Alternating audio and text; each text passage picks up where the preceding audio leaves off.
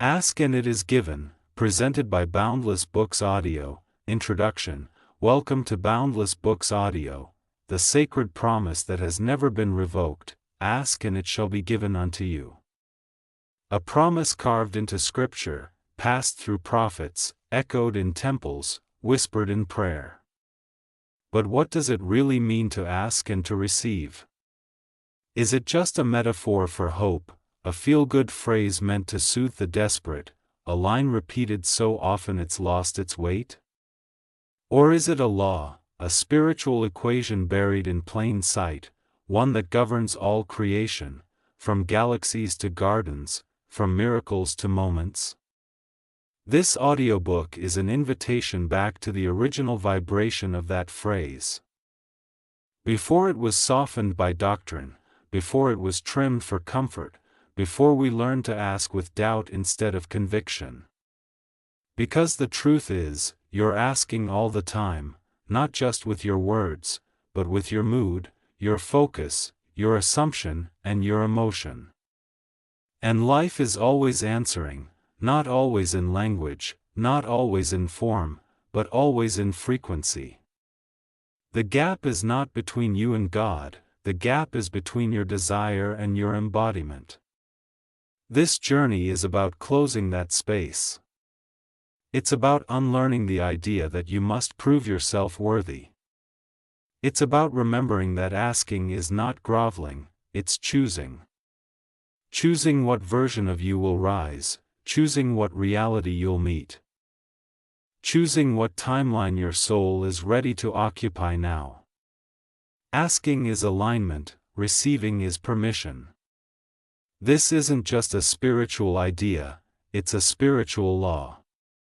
And once you begin to understand the mechanics of thought, of feeling, of state, of vibration, you stop waiting for life to grant you things and start walking as one who already has them, not to fake it, but because you know what you've asked for is already yours. The field has already rearranged, the answer has already taken shape. Now it waits for you to match it, to claim it, to become the one who receives without resistance. So let us begin. Let us return to the asking, not as beggars, not as orphans of the divine, but as creators, as sons and daughters of the field, as images of the unseen, as those who no longer knock because the door is already open. Chapter 1: The Power of the Ask. Desire is not a sin, it's a signal. Desire has been misunderstood. Some were taught to fear it, to bury it beneath obedience, to tame it with guilt and call that virtue. But desire, pure soul-born desire, is not sin, it is signal, it is blueprint, it is divine communication in the language of longing. You ask not only with words but with your wanting. The moment something stirs inside you, a dream, a picture, a possibility, you are not being tempted, you are being invited. Invited into the next version of yourself, invited into a deeper alignment, invited into the life that already exists in the field, waiting for your permission to arrive. Desire is not a test of your discipline, it is a map of your expansion. And until you learn to stop shaming what you want, you will continue delaying what is already yours. You cannot receive what you resist, you cannot claim what you secretly believe is unholy. Desire is the opening act of manifestation. It's how the invisible begins whispering to the visible, there's more. There is more joy. More beauty, more expression, more wholeness, more of you trying to be born through the experience of asking. So ask boldly, ask without apology, ask without the mask of false modesty. Because here's the truth, the size of your desire does not intimidate the universe. The only thing that causes delay is your belief that your desire is too big, too late, or too selfish. But your desire isn't too much, it's too accurate. It's revealing the next edge of your becoming. Let's break this open even further. When you desire something, it's not just about the thing, it's about the state you believe that thing will bring. You want the love because you crave to feel seen. You want the money because you desire freedom and choice. You want the success because you want to stand in your power without shrinking. The desire is a surface, the state underneath is the truth, and that state is always available now. Because asking is not begging for a future outcome, it's tuning into a now frequency where that outcome already exists. You ask not to summon the thing, you ask to summon the you who already lives inside it. So what if you stopped looking at desire as distance? What if you started seeing it as proximity? Not a gap but a guide. Not a void but a compass. Because that's what it is. Desire is not the voice of greed, it's the voice of God echoing through you, saying, "This is the path. Follow it inward, follow it upward, follow it home." Desire is holy, so let go of the guilt. Let go of the old sermons that told you to shrink in order to be worthy. Let go of the idea that spiritual means empty-handed. You were not put here to want less, you were put here to remember who you become through your wanting. You do not have to chase. You do not have to force. You only have to ask purely, honestly, reverently, and then align with the version of you who no longer begs for what they already are. So now the real question is: can you ask without fear? Can you ask without shame? Can you say with full body clarity, "I want this. I'm ready"? I say yes, because the moment you do, the wheels begin to turn. Not because the universe suddenly approves, but because you stopped blocking the delivery. You were never waiting for life to give, life was waiting for you to ask without resistance. Because desire is not just a spark, it's the ignition, it's the starting line, it's the sacred language of your next chapter saying, "You don't have to earn me. You only have to welcome me." Chapter 2, The Source That Hears Instantly, Why You've Never Asked in Vain. You may have whispered it in silence, you may have screamed it through tears, you may have asked without words at all, only through the aching pulse of your heart, and still, you were heard. Every ask, no matter how small, how messy, how delayed, was received in full. Because the source that responds to asking does not operate in human time. It does not wait to hear the right phrasing. It does not require you to kneel in the perfect position or offer your request with polished clarity. The source responds to essence, to vibration, to frequency. It knows what you mean even when you don't know how to say it. It knows what you're asking for even when you're asking from pain. It knows what your soul is longing to experience before your mind can give it a name. This is the mystery that religion tried to capture with symbols, that mystics hinted at in riddles, that prophets glimpsed and poets tried to describe. There is a field of intelligence beneath what you can see, touch, and control, and it does not delay. It is not trying to decide if you're worthy. It is not keeping score of your past. It is not comparing you to someone more spiritual or more disciplined. It simply receives. And once it receives, it begins to rearrange everything in response to the signal you've sent. The question then is never, "Did the universe hear me?" The question is, can I stay aligned long enough to meet the answer when it arrives? You see, we often confuse silence with absence. We think that if something hasn't appeared in our hands, it must not have reached heaven. But the absence of evidence is not the evidence of absence. Sometimes the answer is already on the way, and what you're calling delay is simply divine choreography. Sometimes the answer is in a different form than you expected, and what you're calling unanswered is actually redirected. Sometimes the answer is immediate, but your ability to receive is not yet open, and so you wait, not because you're being ignored, but because you're being prepared. Neville Goddard once said, "Your faith is your fortune, not your timeline, not your credentials, not your external effort. Your faith, your ability to dwell in the unseen, to feel it real, to know you've been heard, is what unlocks the invisible door."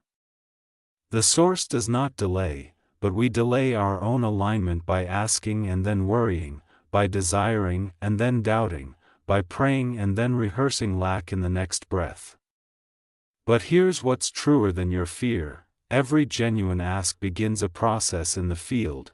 It sets off a sequence, a vibration, a rearranging.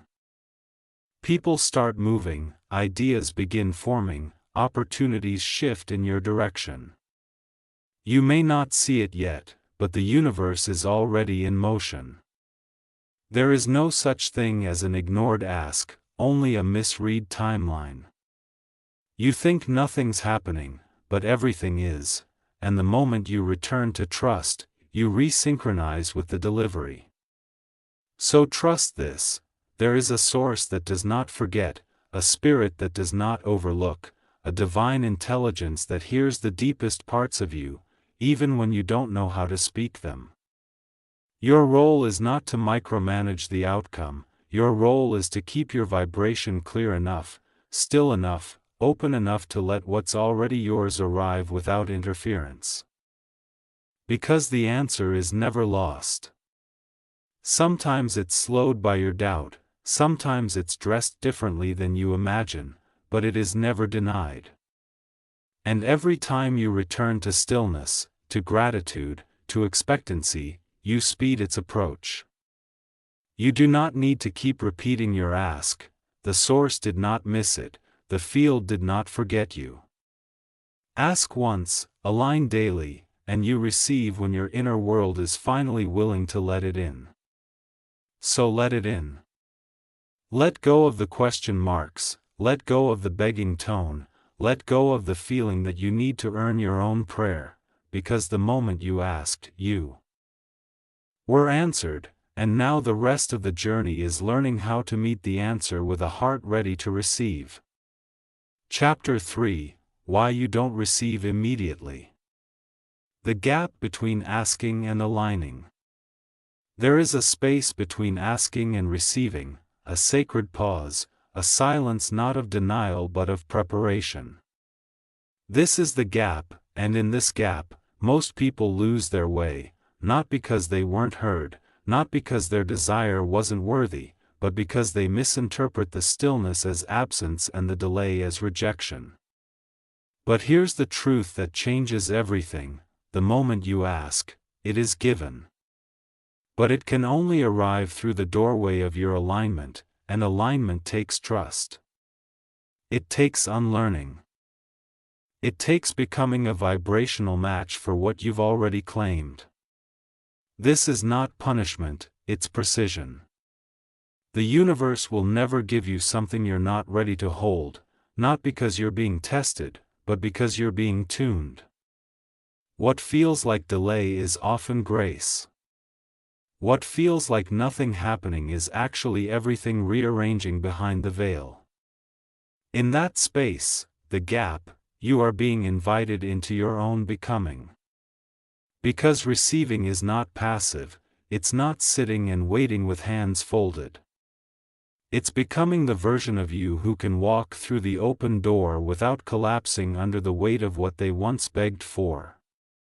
To truly receive is to become. And becoming takes time, or more accurately, it takes readiness.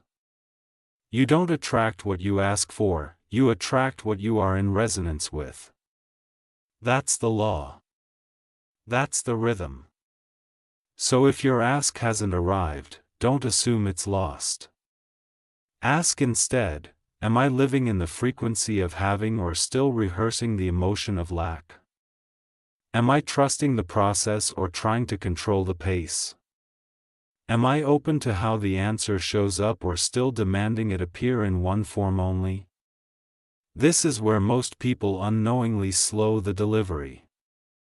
They ask from one state, then live from another. They ask from inspiration, then walk in doubt. They ask in meditation, then fear and traffic. They ask in ceremony, then question everything the next morning.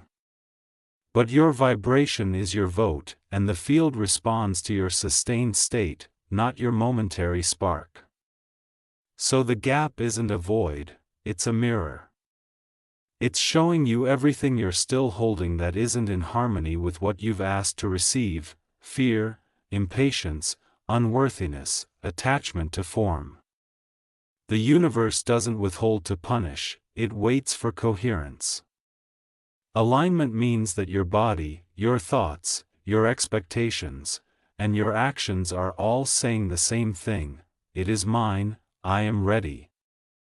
I walk as one who already knows. Neville Goddard called this living in the end, not waiting for evidence but assuming the position of fulfillment. Because the law is this: when the inner world is settled, the outer world reflects. So if the outer hasn't shifted yet, the work is not to force it. The work is to soften within, not to grasp, but to open, not to strive, but to align. Sometimes the gap is asking you to rest, sometimes it's asking you to release, sometimes it's asking you to become the steward of your desire rather than the one still begging for it. The delay, if there is any, is only the distance between your ask and your embodiment. But that distance is not punishment. It's protection. Because the universe, in its infinite intelligence, will not place your answered prayer in hands that still tremble with doubt. It's not being withheld, it's being held until you are steady enough to receive it without breaking your own flow. So let the gap be sacred. Let it be the fire that burns away the excess. Let it be the silence that sharpens your hearing. Let it be the cocoon between the version of you who asked and the version of you who now becomes the answer in motion. You are not being ignored, you are being refined. Because what you've asked for is real, and it's close, closer than your fear, closer than your history, closer than the voice that says it's taking too long. Hold your alignment and soon what you asked for will feel so natural you'll forget there was ever a time you lived without it. Chapter 4: Receiving Without Earning, Letting Go of the Worthiness Complex. There is a subtle lie that lingers in the heart of even the most spiritual seeker: I must earn what I ask for. It doesn't always speak in those words. Sometimes it hides in action: the overgiving, the overthinking, the need to prove yourself before you feel allowed to receive. It sounds like, let me just fix myself a little more. Maybe I need to meditate harder. If I were truly spiritual, I wouldn't want this at all. And just like that, you delay the arrival of what's already yours. Not because you lack power, but because you're unconsciously placing your desires behind a gate labeled only if I deserve it. But here's the truth that breaks the illusion: the universe is not transactional. It doesn't reward effort, it reflects state. What you receive has nothing to do with whether you've earned it and everything to do with whether you're aligned with it. Your worth was never up for debate. It was never meant to be part of the equation. The field doesn't ask if you've done enough, it only asks, are you being the one who matches what you've asked for? That's not morality. That's mechanics. Take for example a child who wants to play in the rain. They don't stop and ask if they've done enough chores today. They don't question whether they've earned joy, laughter, or delight. They run toward it, arms open, because somewhere deep within they still remember, you don't need to prove yourself to receive beauty. Now imagine an adult with a dream in their heart to write a book, to start a healing practice, to attract a loving, supportive partner. But instead of moving in alignment with that vision, they shrink. They tell themselves, once I'm more healed, once I've suffered enough to be worthy of the reward, once I've given more than I've asked for. And so they circle, they wait, they silently delay their own receiving because they believe their value must be proven first. But the universe doesn't operate on guilt, it doesn't speak the language of shame. It only speaks energy, vibration, state. It mirrors not your history but your now. So when you live in the state of, I am not enough yet, you cannot receive what belongs to the version of you who knows they already are. Let's shift the story. Take, for example, someone who has always struggled with money. They've worked hard, lived frugally, and done all the right things, but abundance still feels distant. One day, they sit quietly and ask a deeper question: what if my belief that I must hustle to be worthy is the very block that's keeping it away? And so they stop trying to prove. They stop tying their value to exhaustion. They begin allowing small pleasures again. They begin walking as the version of themselves who no longer equates struggle with virtue. Soon, opportunities begin appearing, ideas flow with ease, support finds them. Nothing outside changed until they did. They dropped the complex and stepped into the current. This is what receiving looks like, not climbing a ladder, but sinking into permission, permission to be supported, permission to be blessed, permission to receive without a resume of suffering. Because grace is not a reward, it's a remembering. The old paradigm said you'll get what you want when you deserve it. The new paradigm says you'll get what you want when you align with it. Alignment is not about being perfect, it's about being honest, being energetically true, being open enough to let the blessing land. That may look like rest. That may look like joy. That may look like no longer explaining yourself before saying yes to something beautiful. You are not here to prove your goodness, you are here to embody your enoughness. And when you do, you'll find the field is already holding everything you asked for, waiting not for your effort but for your permission. So say yes, let the answer in. Receive not because you've earned it, but because you are finally willing to believe you don't have to. Chapter 5: The Frequency of Receiving. Feel it first, and it is yours. Everything you want already exists, not in the distant future, not hidden behind layers of hard work, but here, now, vibrating on a frequency you may not yet be tuned to. The question is never, is it available? The question is always, am I available to it? The law is simple, not easy, but simple. You receive not according to what you ask for, but according to what you feel is already true. Your emotions are not just responses, they are frequencies. And each one, joy, gratitude, certainty, fear, doubt, places you on a channel that broadcasts your inner world to the field of form. The field doesn't respond to the words of your prayer, it responds to the feeling behind it. You say, I want abundance. But what are you feeling? Tightness, desperation, anxiety? Then that's the frequency being registered, and reality will mirror it back with more reasons to feel the same. This is not punishment, it's precision. To receive what you asked for, you must begin to feel as though it has already arrived. This is the shift. This is the difference between asking and receiving. Receiving begins when your nervous system starts rehearsing peace before the circumstances change, when your body starts walking with certainty before the outcome has shown up, when your inner world becomes so saturated with the frequency of having that the outer world has no choice but to respond. Take, for example, a woman who desires love. She writes it down, meditates on it, prays for it, but in her daily life, she continues to feel unworthy, guarded, disappointed. She isn't wrong, she's just out of tune. The love she wants exists, but she's not feeling her way into alignment with the version of herself who receives it.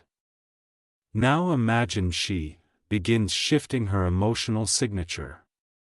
She starts softening, she starts trusting, she begins walking, speaking, and dressing as the version of herself who knows she is already loved, not by someone else, but by herself.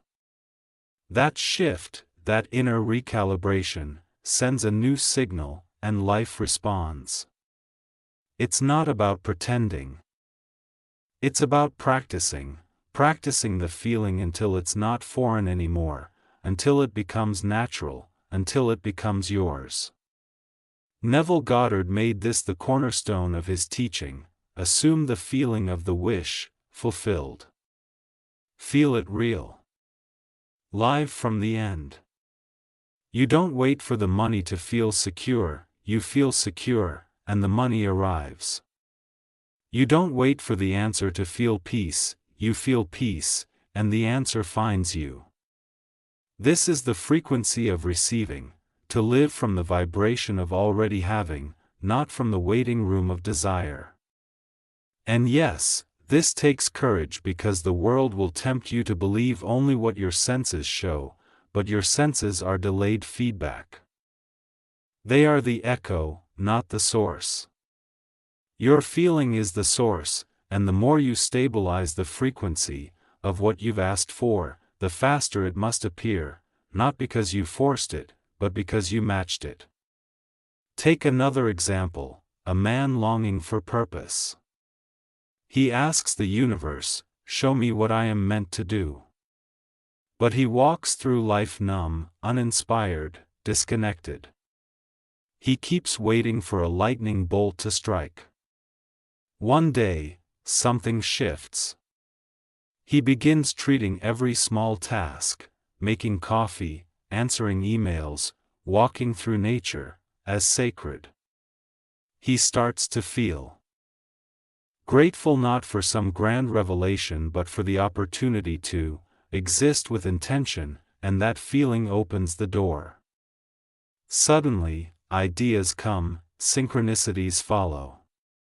The purpose he asked for wasn't delayed, he just hadn't tuned to the frequency where it could meet him. You don't receive what you beg for, you receive what you become. So let this be your practice every day. Ask yourself, what would it feel like to have what I've asked for? Can I let that feeling rise in me now, even for a moment? Can I visit that emotional landscape often enough that it begins to feel like home? Because once it feels like home, you'll arrive there, effortlessly.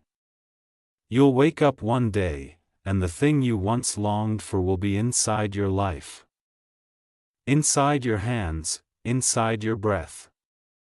Not because it was finally given, but because you finally tuned in, and the universe, faithful as ever, will simply say, "You remembered how to feel it, and so now you get to live it." Chapter 6. The unseen answer. Sometimes the answer looks like silence. You asked, you felt it deeply, you aligned, and still nothing came, no voice in the sky, no miracle on the doorstep, no lightning bolt of clarity, just silence. And in that silence, the mind begins its familiar chant: maybe I did it wrong, maybe I wasn't clear enough, maybe the answer is no. But what if the silence isn't rejection? What if the silence is the answer, or at least the beginning of it? The ego rushes to fill the quiet. But the soul listens. It understands that just because you can't see movement doesn't mean there isn't momentum.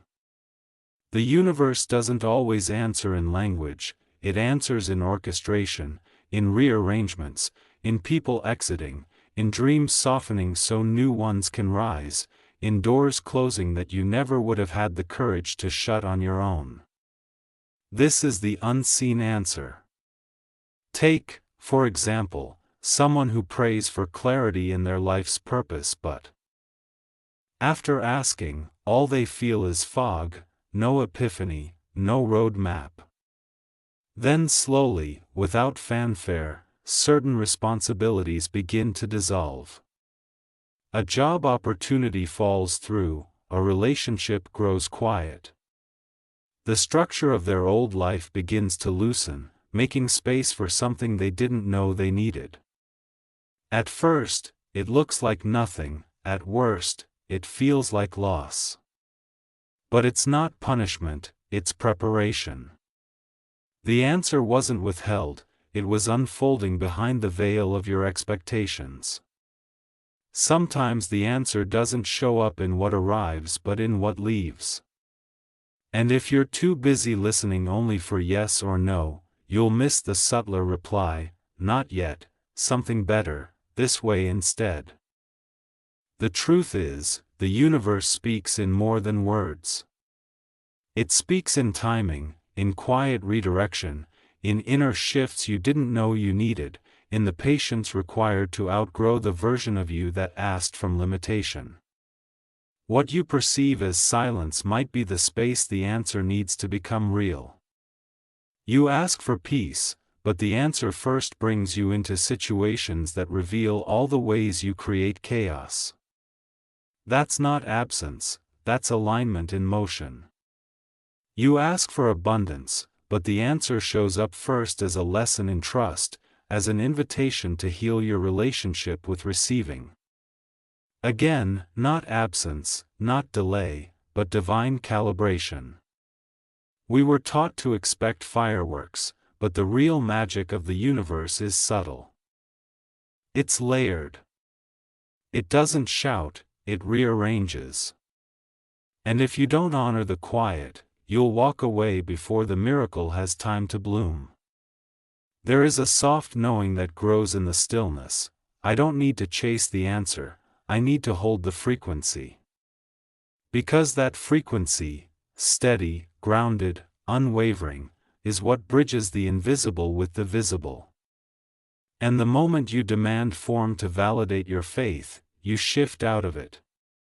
But when you can sit in the silence and still know, I am heard, I am held, I am becoming the one who receives this fully, then the answer starts to take shape. You may not know when, you may not know how, but you'll feel it coming, in the way your body softens, in the way your doubt fades, in the way your inner world becomes the place where the answer already lives. Take, for example, someone who asks for deep healing. They expect a dramatic release, but instead, over weeks or months, they begin noticing new thoughts, different choices, a quiet courage they didn't have before. That's the answer, not loud, but real. Sometimes the answer arrives not in a package but in a process, and the most powerful thing you can do is trust it anyway. So if you are in the gap, if you are in the stillness, if you feel the echo of your asking but not yet the substance, breathe. You have not been forgotten. You have not been denied. You are being shaped so that when the answer does arrive, you'll be able to recognize it and rise to meet it fully. Because silence is not the absence of God, it's often the fullness of God moving in ways your logic hasn't caught up to yet. And when you do catch up, you'll look back and whisper, that quiet season wasn't empty, it was everything preparing me to receive. Chapter 7, Ask again, but higher. When the asking evolves into becoming, there is a point on the spiritual path where you realize the way you asked before, it's not the way you're meant to ask now. Not because your desire was wrong, not because your prayer was ignored, but because something in you has expanded, and from this new space, you're being called to ask again, but higher. Higher does not mean louder. It does not mean more desperate, more passionate, or more elaborate. It means cleaner, quieter, more aligned, less entangled in the identity of the version of you who asked from fear. Because, you see, most people's first asking comes from contraction. I need this so I can feel safe. I want this so I can finally feel worthy. Please give me this so I can know I matter. That asking isn't wrong. It's honest, it's human, but it comes from a self who still believes that having the thing will fix the feeling. The higher asking, the evolved asking, comes from the version of you who knows that the feeling must come first, that joy doesn't come from the relationship, joy makes space for the relationship. That peace doesn't come from the outcome, peace becomes the environment in which the outcome appears. This is not spiritual bypassing, this is vibrational wisdom. You can ask from pain, but eventually, you must ask from truth because the universe responds not just to what you ask for, but to who is doing the asking. So the invitation is this: refine your asking, not to become worthy of more, but because your new identity now sees things differently. Take, for example, someone who once asked, "Please help me escape this job I hate." That prayer may open doors, but the version of them who is still in resistance, in bitterness, in blame, will carry that energy into the next chapter.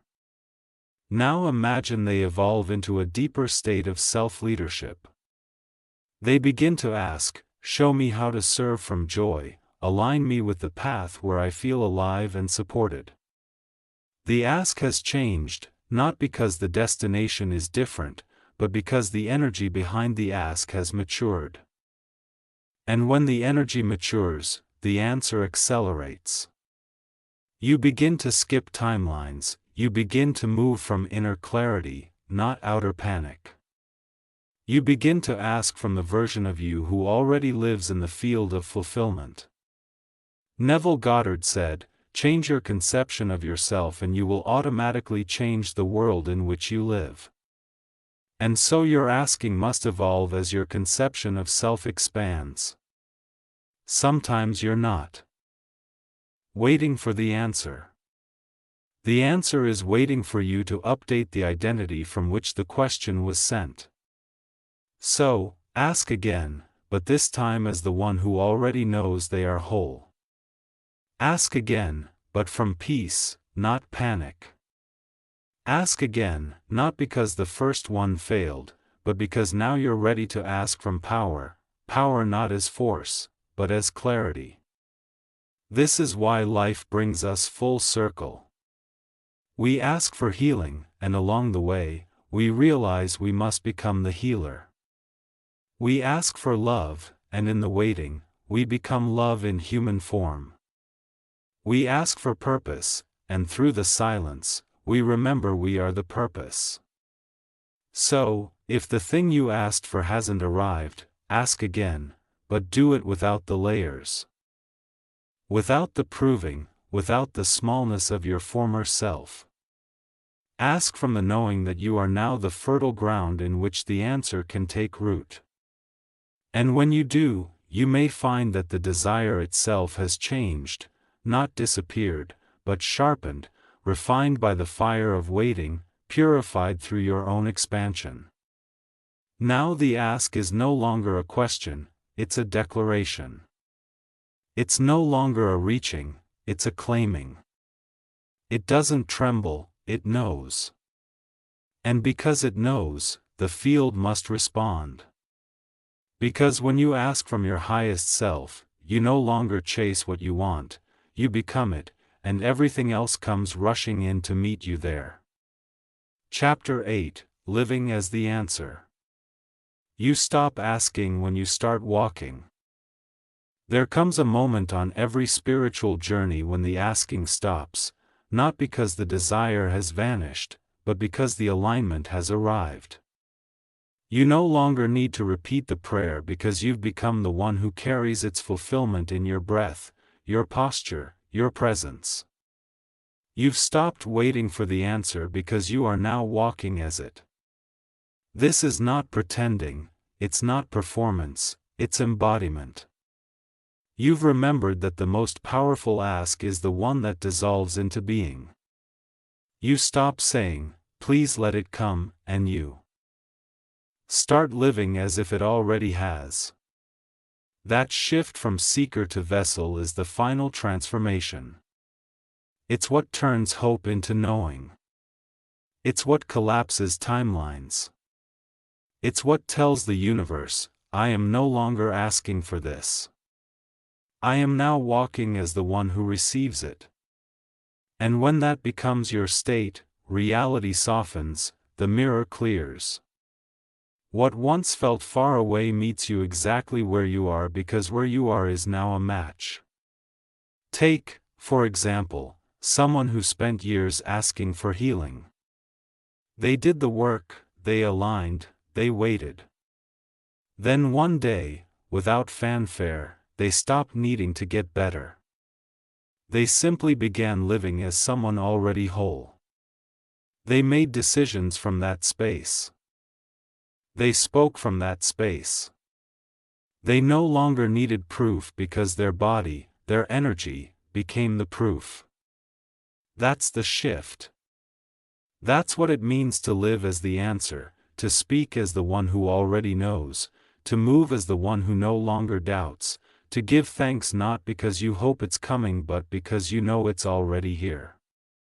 When you reach this stage, you don't stop desiring, but your desires are no longer fueled by lack. They are fueled by expansion. You don't ask from the ache of emptiness.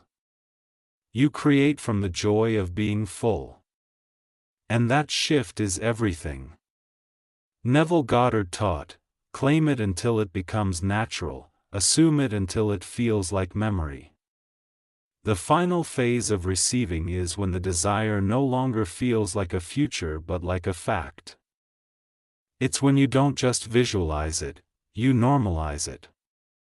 You wear it, you walk it, you become the environment where it's already true. And life, ever responsive, begins to bend around your embodiment. It sends people who treat you like the version you've stepped into. It presents choices that would have never appeared in the old frequency.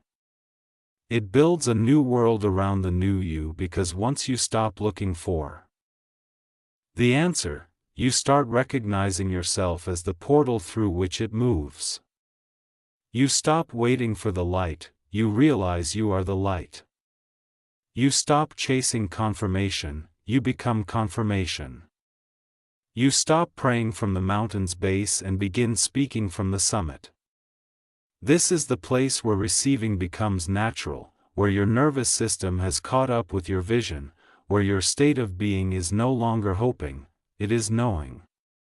And from this space, you ask less but receive more because you no longer signal need, you signal readiness. And readiness, true, embodied readiness, is irresistible to the field. So if you find yourself still asking, ask one last time and mean it. Then stop asking, start walking. Live as the one who already holds it. Speak as the one who no longer doubts it. Move as the one who has remembered what's always been true, that the answer is not out there, it's you, and you've become. Thanks for listening to Boundless Books Audio, where knowledge fuels transformation. If you found this audiobook valuable, don't forget to like, share, and subscribe for more content that helps you unlock your potential.